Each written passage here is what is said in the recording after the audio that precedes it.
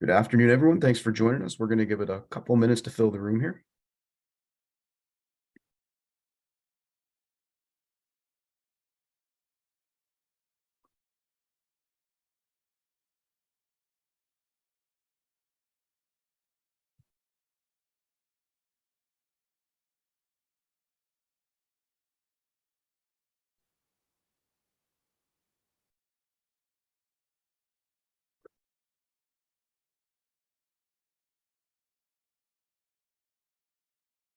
Good afternoon again, everyone. We'll give it a couple minutes to fill the room here. Just bear with us.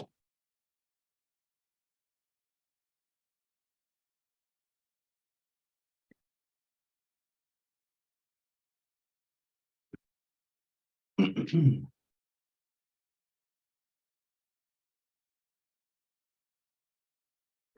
give it about 30 more seconds here.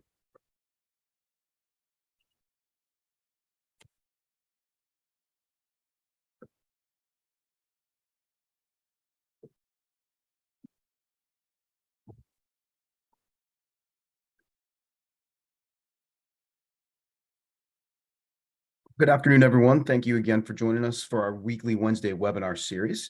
My name is Brett Spitali. I'm the Vice President of Advancement here at the National Hemophilia Foundation. Today's webinar is generously supported by HEMA Biologics, and we would like to take time to thank them for their support today. On today's webinar, we will discuss HEMA Biologics' latest treatment option for the hemophilia community. Please feel free to ask any questions you may have by using the Q&A feature at the bottom of your screen. We have NHF staff members monitoring these questions, which will be presented to our speaker after the presentation. This webinar is being recorded and will be available to the community beginning on Friday, June 2nd. Today, I'm joined by Dr. Guy Young, who is the Director of Hemostasis and Thrombosis Center at Children's Hospital in Los Angeles, University of Southern California. Thanks for taking the time, Dr. Young, to join us today, and I'll turn it over to you to get us started, sir. All right, happy to be here. Hello, everyone. It's funny doing virtual talks still when you can't see everybody after doing live talks is even a little more challenging for me because I'm, used to seeing people and interacting. But we know that, this new platform that we got since the pandemic has tremendous uses, and here's a good example of it. So in any case, we're going to talk about not that new really anymore. I mean, it's was actually licensed, speaking of the pandemic, during the pandemic, a drug called SevenFACT, which, as you see, there's coagulation factor 7A recombinant, and then it's got those 4 letters JNCW, and it distinguishes it from the other recombinant factor 7A. Well, you already heard the introduction. So what are we going to talk about today? We're going to briefly discuss what is life like with an inhibitor. For those of you listening who either have an inhibitor or take care of somebody with an inhibitor, you certainly live that life every day, and you know what that could be like. Then we'll talk about the drug itself. What is SevenFACT? How was it studied? And then specifically the results of the key clinical trial called PERCEPT-1. Why might you consider SevenFACT? And then a bit about patient support programs and where you can go to learn more about SevenFACT. So when patients have inhibitors, I guess we start saying, what are inhibitors? For those of you who are not familiar, these are antibodies that your body makes if you have hemophilia that your body potentially can make against either factor 8 or factor 9 replacement therapies. And that makes treatment with factor 8 or factor 9 ineffective. And so we call those antibodies inhibitors because essentially they inhibit the function of factor 8 or factor 9, including that you would infuse. Inhibitors are considered the most serious complication in hemophilia, and living with an inhibitor is very unpredictable. Bleeds can happen at any time. They're difficult to control. They're more difficult to control than bleeds in patients who do not have inhibitors. So there's less predictability there.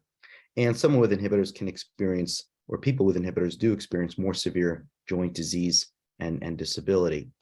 And then, of course, caregivers of children with inhibitors are significantly more challenged than their hemophilia counterparts. So yeah, it does add quite a lot of complexity and complication. And whether you have hemophilia A or B, the development of an inhibitor does add this additional stress to what is already obviously a chronic genetic lifelong condition that can be quite complicated in and of itself, even without the inhibitors. Bleeding events are really unavoidable in normal daily life. And when they occur, you pretty much have to stop anything you're doing, treat the bleed, and oftentimes whatever you may be doing, it's going to interfere with that for some period of time after until you regain normal function. So with that in mind, with that very simple background on inhibitors, let's talk about 7-FACT. So first, I'll read directly from the prescribing information. 7-FACT, coagulation factor 7A, recombinant JNCW, is indicated for the treatment and control of bleeding episodes occurring in adults and adolescents 12 years of age and older with hemophilia A or B with inhibitors. So let me unpack that a little bit. Obviously, this is for patients who have inhibitors, either with hemophilia A or B, and you notice the age is 12 and older. That is the indication. There has been a pediatric study that has been completed, and it is published, and you are free to find it online. However, there has not yet been an approval by the FDA for the use of 7-FACT in children less than 12, despite the fact that we do have that study. 7-FACT is not indicated for the treatment of patients with congenital factor 7 deficiency. That's there because it is a factor 7, and the other factor 7A that's on the market that obviously you've heard of, called Novo7, is approved for factor 7 deficiency, but 7-FACT hasn't been studied in those patients, and so it is not. And then finally, there's a boxed warning called, which says, warning, thrombosis, serious arterial and venous thrombotic events may occur following administration of 7-FACT. Discuss the risks and explain the signs and symptoms of thrombotic and thromboembolic events to patients who will receive 7-FACT, and monitor patients for signs and symptoms of activation of the coagulation system and for thrombosis. And just, to be fair, the other bypassing agents, which is what we call this class of drugs, so Novo7 and FIBA, have a similar boxed warning for thrombosis. So 7-FACT is not really different than NOS in that regard. So 7-FACT works quickly at the site of bleeding. So if you don't have factor 8 or factor 9, factor 7A can sort of substitute, or not really substitute, but bypass the need for factor 8 and factor 9 and generate what's called a burst of thrombin, or a thrombin burst, at the site of bleeding. So number one, you see where there's a bleed, you see the activated platelets go there, and then the coagulation system gets activated. But if you don't have factor 8 or factor 9, 7-FACT can interact directly with factor 10A and factor 5A that you see there in the Roman numeral 10 and 5.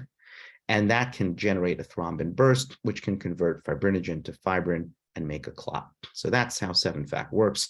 And it works specifically at the site of bleeding on the surface of activated platelets, where you have this factor 5A and 10A forming. 7-FACT was studied quite extensively, and we're going to go through that study. You can see in the box in the middle that in the trial, there were 27 participants, and they treated collectively 465 bleeding episodes. Patients were 12 to 54 years of age. As I said, there is a pediatric study that has been completed for patients less than 12, which we will not be discussing, but you have the tools, I'm sure, to find that on your own if you're interested. We'll talk about what successful treatment looked like, or how it was defined, I should say. And the main point here also is that the primary endpoint was at 12 hours. So 12 hours, patients determined whether 7-FACT worked or not. We'll show you what that looks like in a moment. And then the effectiveness through 24 hours. So first, this was a home treatment study. I'm going to grab a little water here. This was a home treatment study. So almost all these bleeds were treated at home. And the patients would then rate, or the patient study participants would rate the response to the bleed according to these 4 criteria. So they were given these criteria during the trial.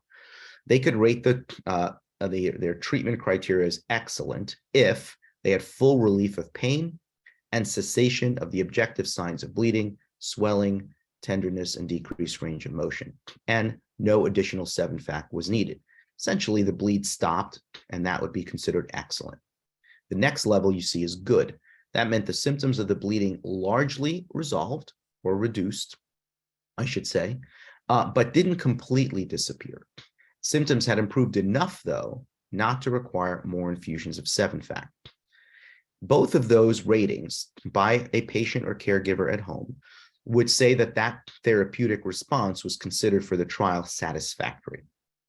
Moderate, which is there was some effect on the bleed, but there was ongoing bleeding, was considered unsatisfactory.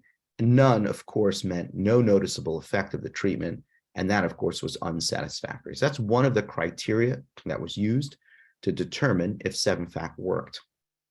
I'm going to show you the other criteria momentarily. So this was the study treatment protocol for mild or moderate bleeding episodes. So most of the bleeds, joint bleeds, muscle bleeds, hematomas, those kind of things. And there's an important concept here called the IDR that you can see written there. IDR stands for initial dose regimen, which is basically the first dose the patient would give during the trial. And you can see there were two choices, 75 micrograms per kilogram, or on the bottom, 225 micrograms per kilogram. I'll show you later that the patients were randomized so that they would spend 3 months on one dosing regimen, 75 micrograms per kilogram. Any bleeds during that time, the first dose would be 75. Then they would switch, and the next 3 months, they'd use the higher dosing regimen. And then they'd switch back, and they'd keep going back and forth all the time they're on the trial. This ensured that every patient got to use both dosing regimens, and also served as a, it's not randomizing patients, but it's randomizing the treatment regimen. So they would flip back and forth in a random fashion. But once you start at 75, you'd stay with that for 3 months, and then you'd flip to 225 for 3 months, and then back and forth, and so on.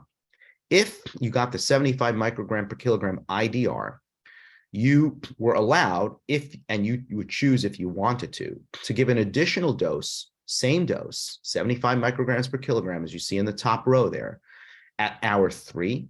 You can then give another one at hour 6, 9, 12, and so on, every 3 hours up to 24 hours.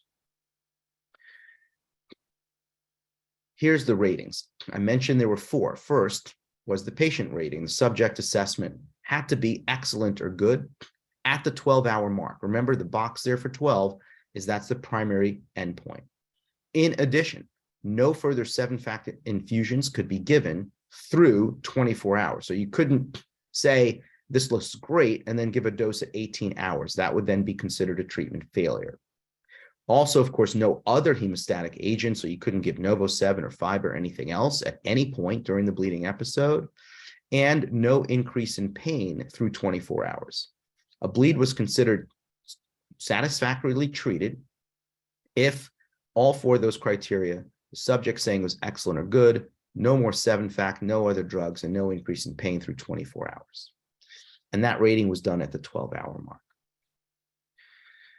The 225 microgram per kilogram IDR was essentially the same, except as obviously the first dose is 3 times higher. But then you could not give another dose at hour 3 or 6. You had to wait until hour 9. If at that point you felt you still were bleeding, the patient could give an additional dose of the lower dose now, 75 micrograms per kilogram at hour 9. And then after that, you see that the 2 arms are basically the same. What this did was equalize the total dose. If somebody on the 75 microgram per kilogram arm gave a dose at hour 3 and 6, by the time they got to hour 9, both arms would have the same total dose. The ratings were still exactly the same at 12 hours for the treatment considered to be successful. What types of bleeds? Well, any type of bleed you can imagine. Lots of joint bleeds, knee, elbow, and ankle, of course. Also shoulders, wrists, hands, and hips, soft tissue, and muscle bleeds. One of the key things that was found is that 7-FACT was shown to be to control 84% of the bleeding episodes with just one dose of the 225 microgram per kilogram dose. I'm going to show you that in a little more detail. But essentially, those patients who got the higher dose, 84% basically had bleed control and were able to move on with their life after that. We'll get into more detail on that. That's just really the key sort of takeaway. So I already explained what the initial dosing regimen is. What's important to note is that this distinguishes 7-FACT from the other factor 7A Novo-7, which has just one dose for all the doses. So this makes 7-FACT different in the sense that patients could use a lower dose regimen or a higher dose regimen. And even depending on the bleed or depending on the situation, may choose one versus the other. So there's a bit of options there that aren't available with NovoSeven.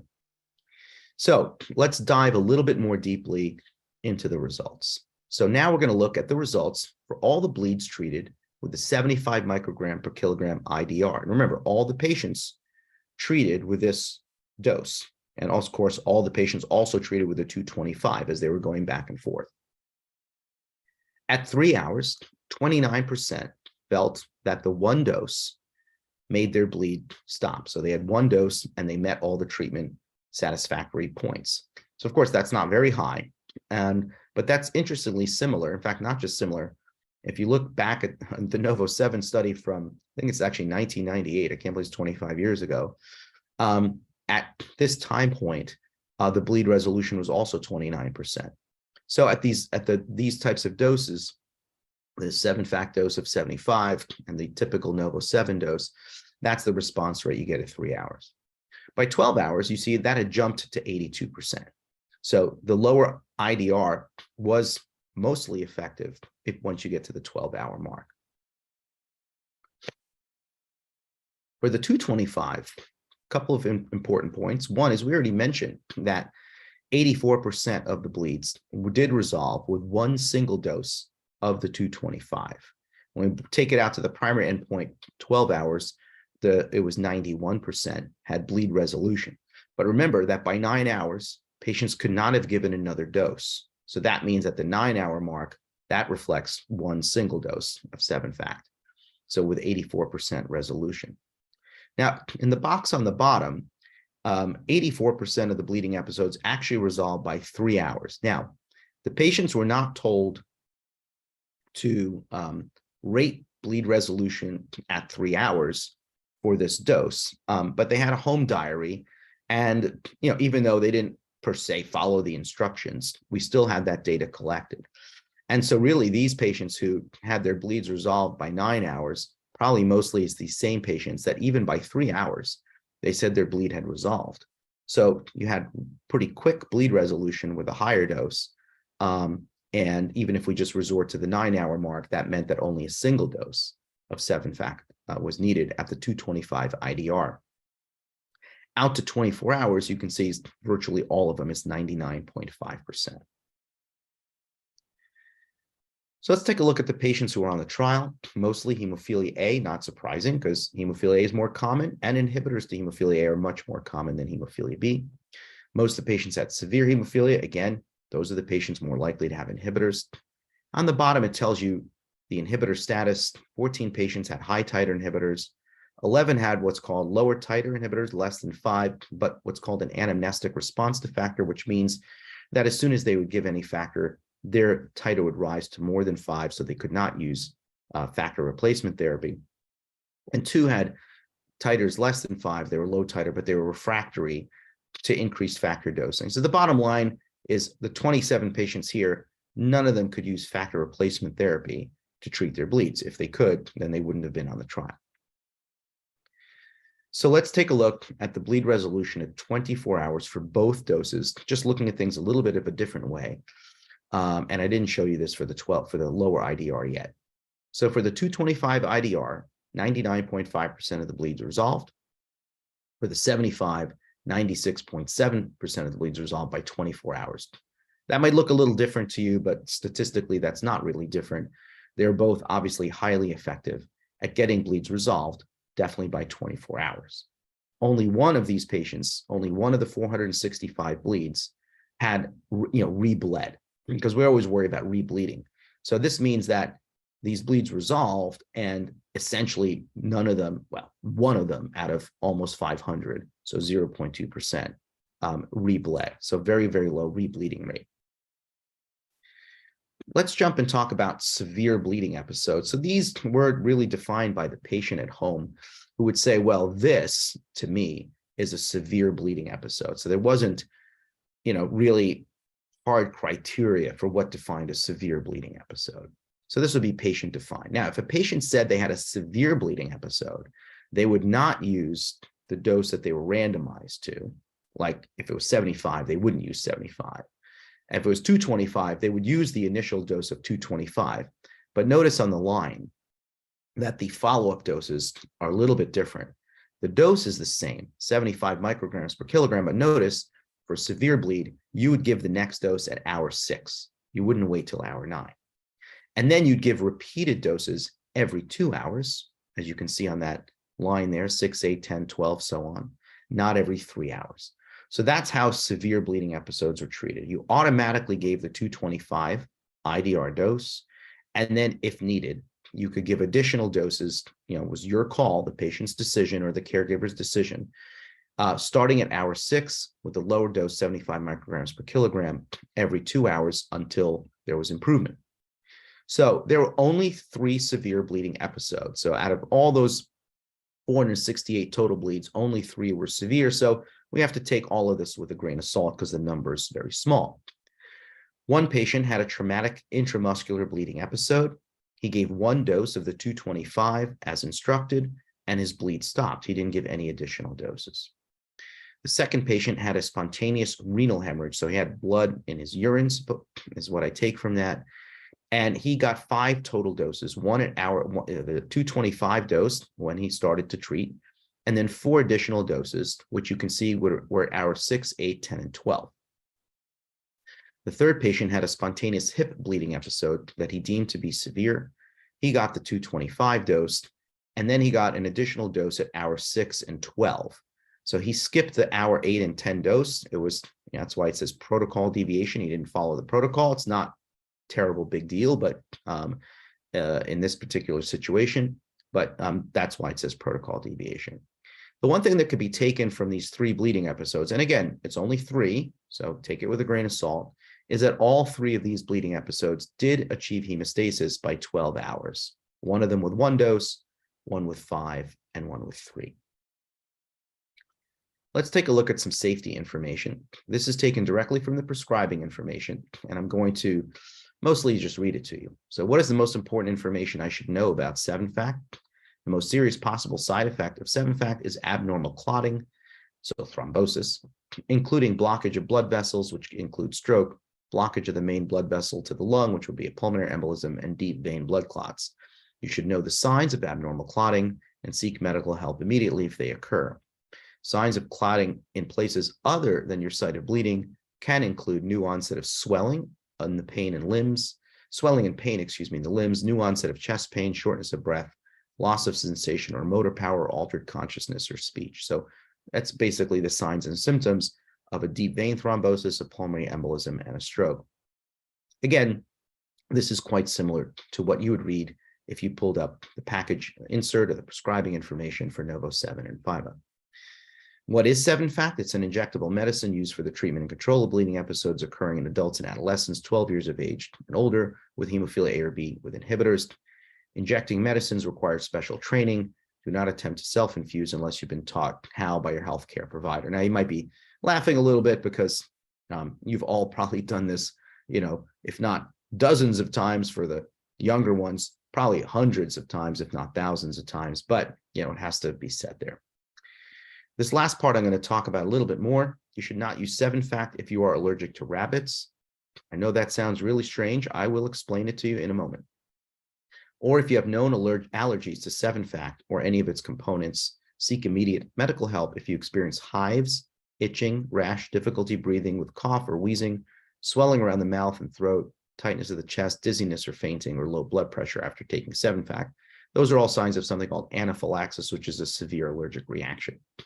Tell your healthcare provider prior to using SevenFACT if you've begun treatment of a bleeding episode with another bypassing agent. So if you happen to use one of the other ones and you want to use SevenFACT, make sure you talk to your doctor about that.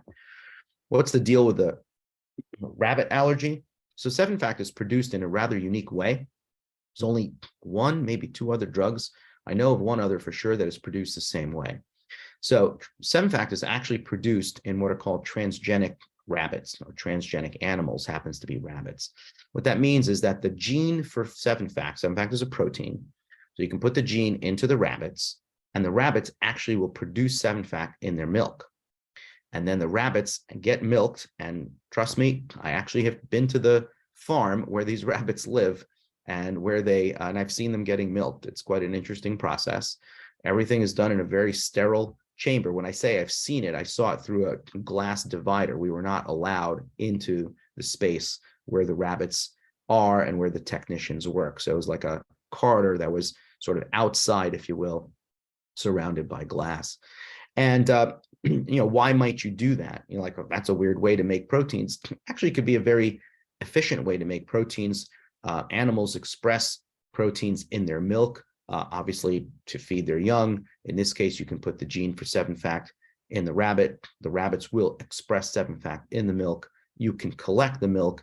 And then obviously after that, it undergoes a lot of purification steps so that at the end of the day, you basically have the pure 7-FACT. But because it is produced in rabbits, there is always the possibility that some small proteins or other compounds from the rabbits may have gotten into the 7-FACT. And for those people allergic to rabbits, that can result in an allergic reaction. So that's the rabbit story. What should you tell your healthcare provider before using 7-FACT? Well, you should tell them if you're pregnant, are nursing, or plan to become pregnant. Now, of course, I know that most patients with hemophilia are men, but there are women with hemophilia, not many because of the way it's inherited, and we won't get into that. But women, of course, then can get inhibitors.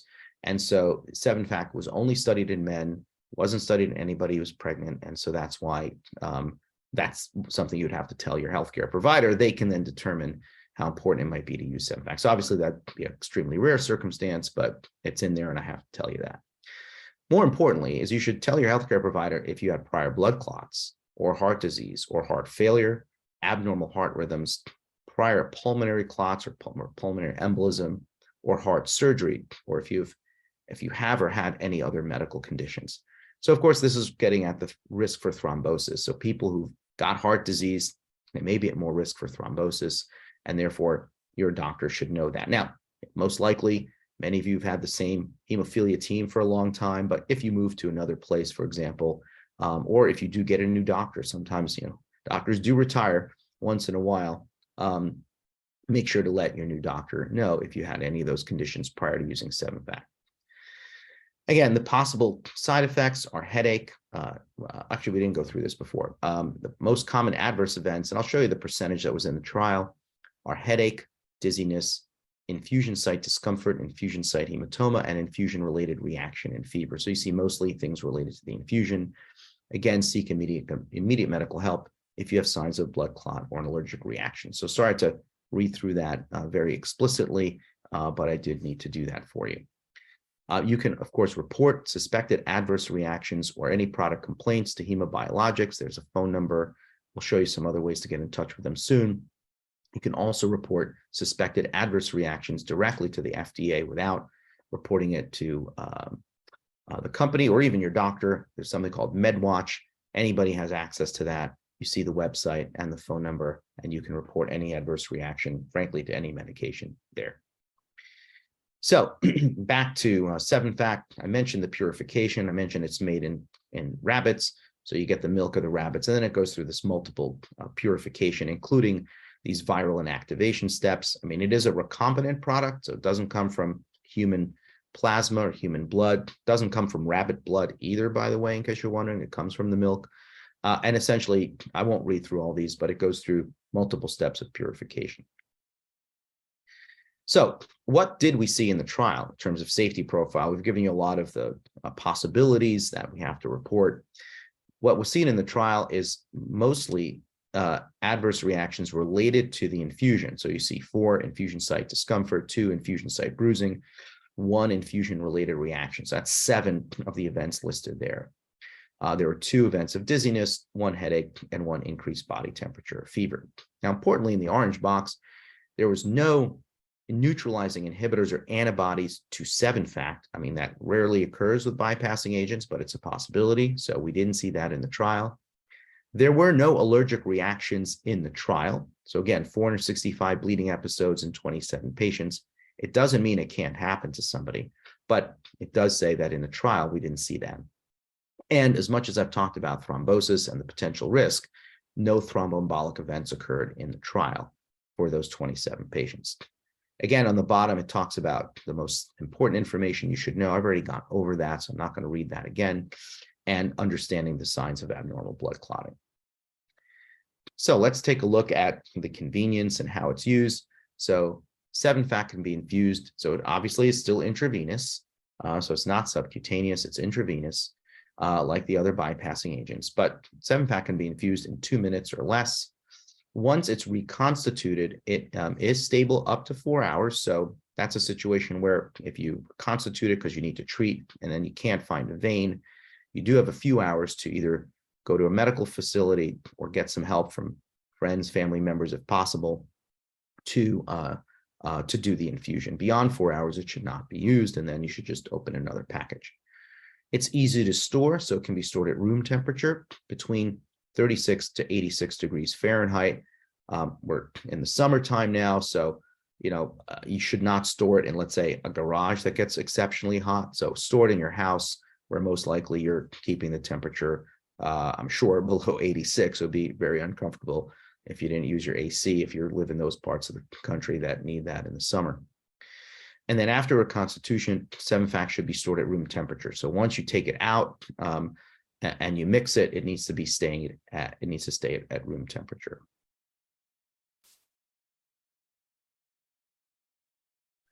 So this is what it looks like, sort of like similar kits you've seen. The box will contain the 7-FACT, a pre-filled reconstitution syringe. So it doesn't have 2 vials, but it has a syringe, and that syringe contains the diluent. And then there's a vial adapter. You can see there, of course, put this vial adapter on the syringe, attach the needle, and put that into the 7-FACT powder. And then you mix it, and there's plenty of instructions for that. Again, it's not just, it's very similar to how you'd mix any of the factor products you're already on.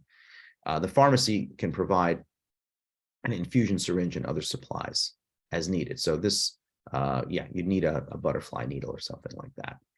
You can see the 2 sizes it comes in, 1 milligrams and 5 milligrams, depending on your weight, depending on which IDR you might be using. Your doctor will prescribe the right combination. Your pharmacy will dispense the right combination for you. So we're getting to the end here. What are some reasons to consider 7-FACT? We mentioned that as a rapid action, that 84% of the mild or moderate bleeding episodes were controlled with a single 225 microgram per kilogram dose at 3 hours. So it worked quickly. The single dose, so 1 dose was needed to control 84% of the bleeding episodes at 9 hours. So that makes things more convenient. You see the efficacy at 12 and 24 hours for the 2 IDRs. It's a bit of a difference at 12 hours, less so, or not really a difference at 24 hours. As far as safety, again, in the trial, there were no thrombotic events, there were no neutralizing antibodies, and there were no treatment-related serious adverse events. And it's convenient for home use. In the trial, 98% of the bleeding episodes were treated at home, and it's room temperature stable, as we mentioned. Now, what about Hemlibra, of course? So we didn't mention that yet. First of all, I should say that this trial was designed and mostly implemented before Hemlibra became available. And yes, it took a while, it took till 2020 to get the license, but the trial was done before Hemlibra was widely available. So none of the patients, you saw 25 HEMA inhibitor patients, they were not on Hemlibra because the trial was done before Hemlibra became widely available. Probably many of those patients are on Hemlibra now. So what to do if you have HEMA and you've been prescribed and are using Hemlibra? So MASAC, which is the Medical and Scientific Advisory Council of the National Hemophilia Foundation, which is a group of physicians, nurses, pharmacists, other experts that give advice and recommendations to the National Hemophilia Foundation, which they would adopt if they agree. Obviously, there's the board of the NHF, or in an NHF conference webinar here, would have to then agree to adopt that. And so they've got lots and lots of recommendations and guidelines. You see this one is number 263, so it's not a new thing that MASAC has done. What do they say? Basically, MASAC supports the use of 7-FACT at the lower IDR. That's important, 75 micrograms per kilogram for the treatment of breakthrough bleeding episodes in patients on Hemlibra. So despite the fact that Hemlibra wasn't part of the study, again, because of the timing, it wasn't part of the study, this group of experts at MASAC is confident that you could use SevenFACT if you have hemophilia A with inhibitors and you're on Hemlibra, but that you should use the lower IDR. Now, again, that is something that you would need to discuss with your physician to determine about that in your treatment plan. So could SevenFACT be an option for you? Well, again, that's only a decision you and your healthcare provider team can make for you. Every patient is unique. Every patient is different and has different histories, different ages. Obviously, everybody's individual. So that's a decision that you would have to make together. And this session was just meant to provide and give you some information. What are the questions you should think about? Well, how long does it take right now to get a bleed under control? As you saw with SevenFACT, we see bleed control fairly quickly. Is it taking many hours or days to get your bleeds under control? How many doses does it take to stop a bleed with your current therapy? As you saw in the trial, for the higher IDR, 1 dose was sufficient. And even for the lower IDR, we have the data, there was only a few doses that were needed to stop bleeds. How often is your life interrupted to infuse? And the questions you can ask your healthcare provider is SevenFACT an option for me? If it is an option, is the 225 microgram per kilogram IDR appropriate for me? And how would SevenFACT fit into my current treatment regimen? Again, including potentially Hemlibra if you have hemophilia A, or whatever treatment you're on if you have hemophilia B with inhibitors. So I'm going to really come to the end now with just a couple more slides. Mostly this is about patient support programs. So there's a program called HEMA Biologics Cares. And this is a program that is meant to provide support for patients who are interested and who are going to be using SevenFACT. So there's a copay savings program if the patient qualifies for the program. And let's say you have a pretty sizable copay, HEMA Biologics can help the patients receive up to $12,000 per calendar year to cover copays. There are other patient assistance programs. Obviously, HEMA Biologics recognize not everyone has health insurance. And so there are patients who, if they don't have health insurance, they cannot get SevenFACT, but they meet certain income requirements. It could be provided for free. There's a quick start program. So if somebody's new to the treatment, they've never had SevenFACT before, and there's a delay with the insurance, and they want to get started with SevenFACT, you can get a few doses to get started in the interim until that gets sorted out. Then there's also a bridge program, which is similar to the quick start, except that's for patients who are already on SevenFACT. So you're an existing SevenFACT patient, and now you switch jobs or you moved, and now there's a delay in getting your prescription due to a change in insurance coverage. HEMA Biologics can provide some doses as a bridge until your insurance approves the SevenFACT. There's also a benefit investigation coverage determination. So HEMA Biologic can help determine if patient's insurance coverage will qualify. I think now that SevenFACT has been out for 3 years, I don't think that's a problem in general, but you never know around this country. We have a crazy healthcare system. So if you're having trouble, they can help you. And that includes also prior authorization support. So if you need a prior authorization for SevenFACT, HEMA Biologics can assist with that process. Now, for more information on all of this, you can go to SevenFACT.com, which is the website, obviously, and it'll give you a lot more information about SevenFACT itself, as well as these support programs, or you can call as well. You see the phone number there. And then finally, where can you go to learn more about SevenFACT? Obviously, you can go to your HTC. That's the main place you should get your information. But a lot of people these days like to seek information on their own. I certainly do for my own healthcare situations. And so you can go to SevenFACT.com, where you can really get a lot of detailed information. There's also a reconstitution video on the website that shows you how to reconstitute. And then, for those who are not as internet savvy or they prefer to call, there's a phone number there. And then, if you want to email somebody with a very unique or specific question, you can email medinfo@hemabio.com. So I'm going to stop there, and we've got a little bit of time for some questions. Yeah, thanks so much, Dr. Young. Really appreciate it. There are just a couple of questions that came in. One, I believe you kind of answered at the end, but I'll give you some just time to maybe elaborate on that. But the first question that comes in is, how were the participants selected for the clinical trials? Yeah, so just like every clinical trial, there are eligibility criteria. And the main criteria are that patients had to obviously have hemophilia A or B with active inhibitors, and they had to be using bypassing agents to treat their bleeds. So you couldn't be using factor 8 or factor 9 if you were a low titer inhibitor, for example. So you had to be using bypassing agents. They all had to be older than 12, as you saw. The FDA basically requires all these trials to have a section that's 12 and older and a section that's 12 and younger. So for this specific trial, 12 and older. As I mentioned, there's another trial that did treat pediatric patients, which is published, and you could find in a medical journal. And then patients could not have a history of blood clots. So anybody who had already had blood clots, it was not felt safe to include them in this trial. So that was one of the main exclusions for the trial. But otherwise, and we know most hemophilia A and B patients have not had blood clots, but if you've had blood clots or at risk for blood clots, then you would be excluded as well.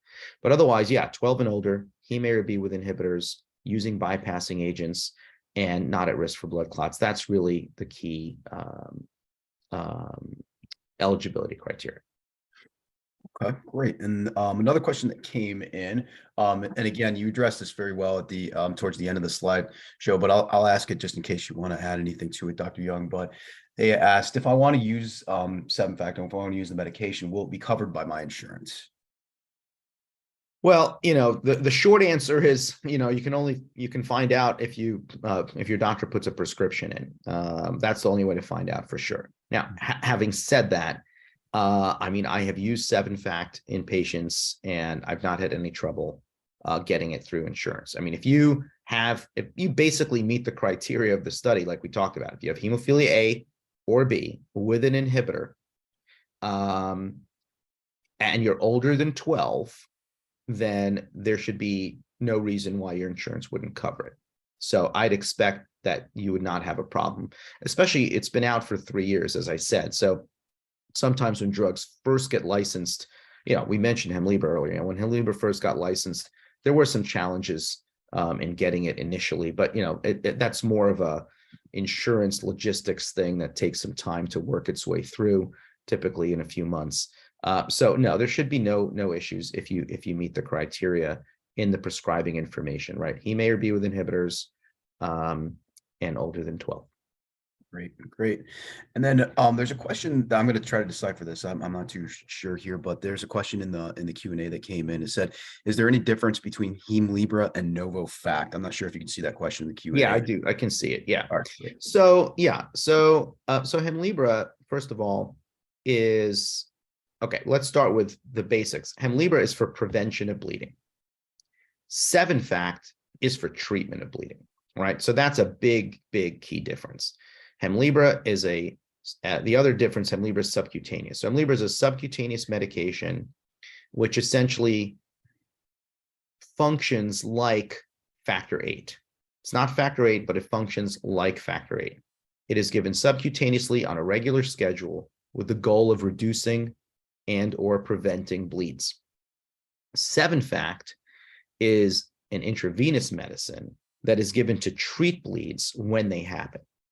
So patients on Hemlibra, we know that it's very effective at reducing bleeding events in patients with hemophilia A with inhibitors. I mean, that's been extensively studied and seen, and I'm quite sure that the vast majority, I'm not quite sure, I am sure that the vast majority of HEMA inhibitor patients in the US now are on Hemlibra for bleed prevention. However, and I've got, I think, like 60 patients on Hemlibra, but my patients on Hemlibra still bleed.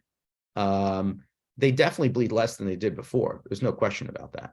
But there's still bleeding events. And if you look at the Hemlibra publications, the bleeding rates are not zero. And so the point here is that if you're on Hemlibra for for preventing bleeding events, when you have a bleeding event, you then need to treat with a bypassing agent. That's if you have inhibitors, right? Hemlibra can be used for HEMA with inhibitors and without inhibitors. If you have HEMA with inhibitors and you're on Hemlibra, and you get a bleed, you'll then need a bleed that needs treatment. You'll then need to treat with a bypassing agent, 7-FACT, Novo-7, 5-A. And so I think, given what I've shared with you about 7-FACT, I think it should be a consideration for you to have at home, depending on what you have at home now, something to discuss with your doctor. And again, I mentioned if your bleeds are taking a while to get treated, even if you're on Hemlibra, 7-FACT would be another alternative. So that's the main thing, is that Hemlibra is to prevent bleeding, subcutaneous. 7-FACT is IV, and it's to treat bleeds when they happen. Great.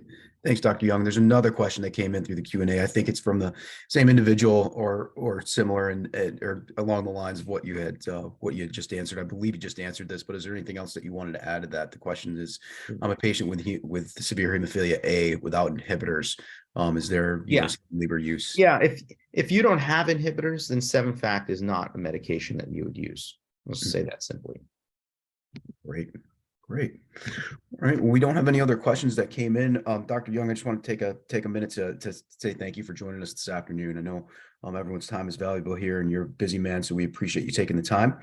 I'd also like to thank HEMA Biologics for their generous support of today's Wednesday webinar, and I'd like to thank each and every one of you for joining us as well too. Please note that this recorded webinar will be available on Friday, June 2nd, hemophilia.org under the events tab with all of our other archived webinars. Dr. Young, again, thank you so much for joining us, and we appreciate you presenting the information. Have a great day. All right, thanks. Bye-bye.